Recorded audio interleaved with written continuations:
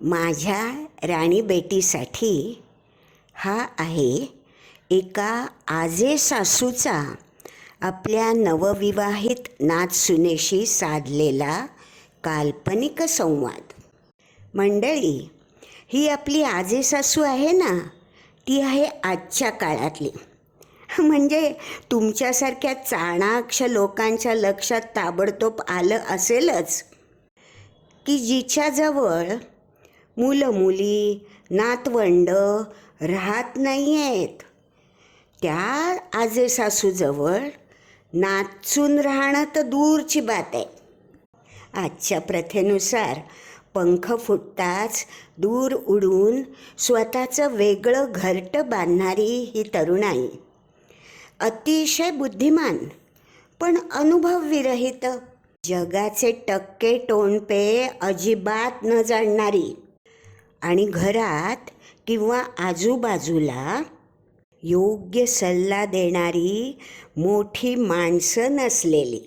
आणि म्हणूनच आपल्या ह्या प्रेमळ आजे सासूला वाटतंय की पोचवली जावी आपल्या अनुभवाची शिदोरी अगदी आपल्या नातसुनेपर्यंत.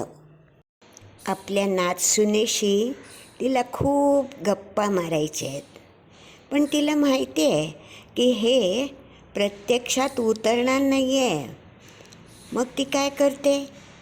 ती आपल्या मनातील भावना व्यक्त करते यूट्यूब माध्यमातून. या भावना म्हणजे निखळ अनुभवाची शिदोरी आहे. या अनुभवाच्या शिदोरीतून तिला पोहोचणार आहेत उत्तरं अशा समस्यांवर की ज्या उद्भवू शकतात अगदी किचनपासून बेडरूमपर्यंत तिच्या इवल्याशा घरट्यात. आणि हो, उत्तरही अशी की समस्यांवर काबू मिळवल्याने तिच्या चेहऱ्यावरचं हसू कायम ठेवणारी. तर दोस्तानो, आज आपण बघूया नवरा बायकोतील भांडण विकोपाला न जाऊ देण्यासाठी, म्हणजेच डिवोर्सपर्यंत न जाऊ देण्यासाठी आपल्या तात्यांनी दिलेला गुरुमंत्र. राणीबेटी, काल तुझ्या व्हिडिओ कॉलमध्ये तुझा रडवेला चेहरा पाहून खरं सांगते माझ्या काळजात अगदी कालवा कालव झाली. सूर्यफुलासारखा सदैव प्रसन्न चेहरा ठेवणारी माझी राणीबेटी, तिच्या डोळ्यात अश्रू, आणि तेही नवऱ्याशी झालेल्या क्षुल्लक भांडणामुळे.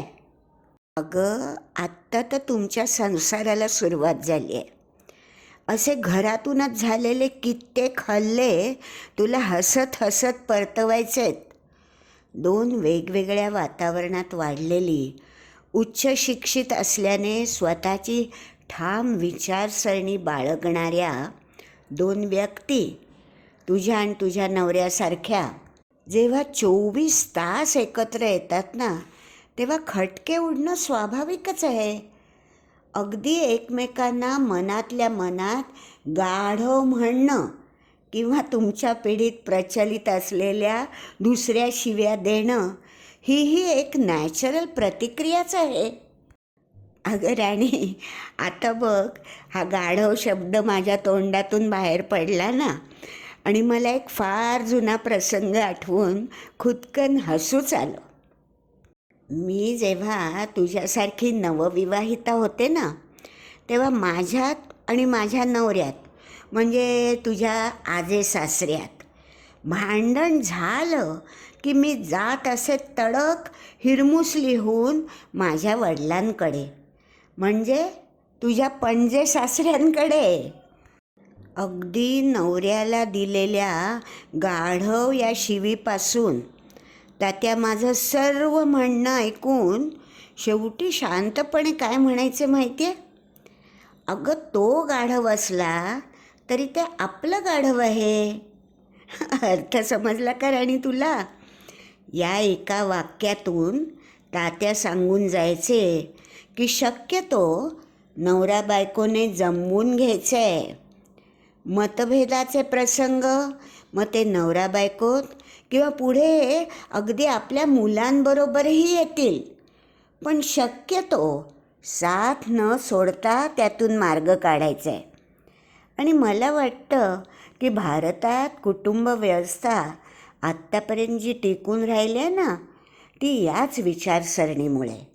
मग काय राणी बेटी, आता एकमेकांचा राग आला तर तात्यांचा गुरुमंत्र मनातल्या मनात म्हणणार ना? कोणता काय विचारतेस? अगं हाच, गाढव असलं ना तरी ते माझं गाढव आहे. अगं याच तात्यांच्या गुरुमंत्रामुळे तर आम्ही गेल्याच आठवड्यात लग्नाचा 60वा वाढदिवस साजरा केला, अगदी मजेत. अरे वा, आता कशी एका माणसाची कळी खुलली आहे. राणी बेटी, तुझ्यासाठी एक खास गाणं. तुम रोया ना करो, मेरी जान चली जाती है. तुम हंसती रहती हो तो एक बिजली सी चमक जाती है. लव यू डार्लिंग.